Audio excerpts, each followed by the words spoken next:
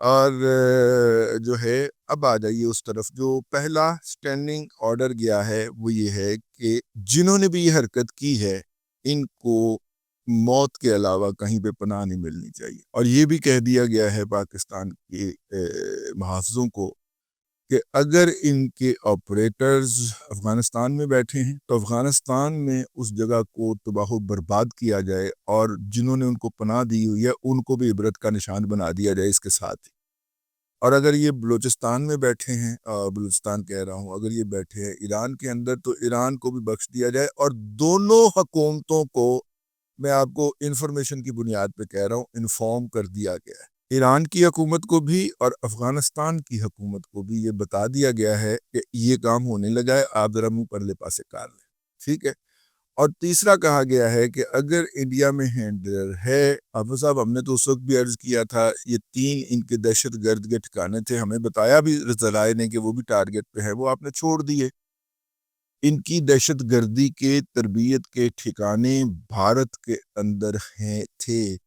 اگر جہاں پہ باقی پھینٹ لگا رہے تھے ایک ایک، میرا مطلب ہے شاہین تو خیر ہم نے لایا ہی نہیں ابھی، ایک ایک فتح میزائل ادھر بھی مار دیتے تو وہاں پہ بھی بیڑا غرق ہو جاتے، ان کے آباء و اجداد بھی جہنم رسید ساتھ میں ہی ہو جاتے کولیٹرل ڈیمیج کے طور پہ. خیر لیکن وہ نہیں کیا گیا تو نتیجہ دیکھ لیجئے آپ. اب جناب یہ بھی کہہ دیا گیا ہے تو انڈائریکٹلی اس کے اندر یہ جو انہوں نے ایک سٹینڈنگ آرڈر جاری کیا ہے اس کے اندر یہ بات پوشیدہ ہے کہ ان کے ہینڈلر جہاں پہ بھی ہیں بھلے وہ بھارت میں ہی کیوں نہیں ہیں ان کو نہیں چھوڑنا اور کر کے دسنا ہے کہ ایک کار آئے ہیں. ہاں ہمیں بھی بچپن میں سے ڈائریکشن یہی ہوتی تھی کہ لڑائی ہو جائے تو کوٹ کے آنا ہے اور دسنا ہے کہ اسی کوٹ آئے ہیں.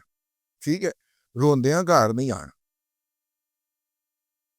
یہ ڈائریکشن ہوئی ہے بھائی جان اوپر سے. اچھا یہ طریقہ کار کیا ہے؟ یہ ٹپیکل وہ طریقہ کار ہے جو پہلے فاٹا میں آزمایا جاتا رہا ہے اور اس کے بعد مجھے ایک ذمہ دار شخص نے بتایا جو کہ بہت عرصہ تک وہاں پہ سرو بھی کرتے رہے ہیں اور یہی طریقہ کار افغانستان میں آزمایا جاتا ہے. اس علاقے کے اس خطے کے نالائق نخد اور نااہل شخص کو تلاش کیا جاتا ہے، اس کو ایک بم دیا جاتا ہے، وہ بم لے جاتا ہے بڑا ہنستا کھیلتا اور لے جا کے سڑک کے اوپر جو کہ پہاڑیوں کے اندر سے کہیں سے گزر رہی ہوتی ہے اس کے اوپر نصب کر کے دور پہاڑی پہ بیٹھ جاتا ہے. اگر اس کی زد میں اس بم کی جو اس نے سڑک کے کنارے لگایا ہوتا ہے اس کی زد میں کوئی گاڑی، مسافر گاڑی، گدا گاڑی، ریڑی، موٹر سائیکل، بس آ جاتی ہے تو وہ جناب اپنا وہیں پہ چادر جھاڑتا ہے، بکل مارتا ہے اور وہاں سے روانہ ہو جاتا ہے اور جا کے وہ فون کرتا ہے کہ جناب دھماکہ ہو گیا.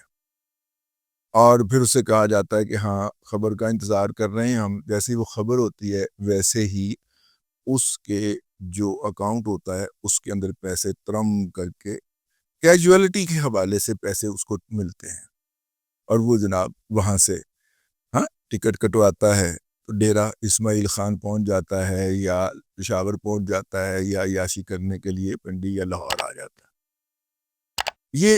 یہ طریقہ کار رہا ہے اور یہ طریقہ کار آج سے مستعمل نہیں ہے، یہ 40 سال سے وہاں پہ اس کو رواج دیا گیا ہے اور اس کے لیے پورا نیٹ ورک اسٹیبلش کیا ہوا ہے بھارت نے یا بھارت کے زیر سرپرست زیر عمل کام کرنے کے والی قوتوں نے. انہوں نے اس طرح کے ہزاروں قسم کے جو نالائق، نکھد، نااہل اور کرپٹ لوگ جو ہیں ان کو ریکروٹ کیا ہوا ہے.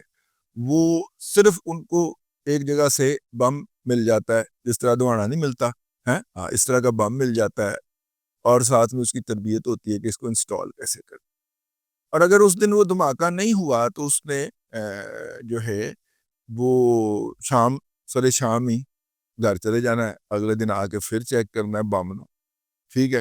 اور بم کو چیک کرنے کے بعد پھر اس نے چلے جانا ہے پھر اس نے جا کے پہاڑی پہ بیٹھ جانا ہے اور منہ کے اندر نسوار ڈال کے اور جناب نظر رکھ کے بیٹھ جانی ہے، ساتھ میں اس نے کوئی موبائل کے اوپر چیزیں دیکھتے رہنا جو بھی ہو سلسلہ.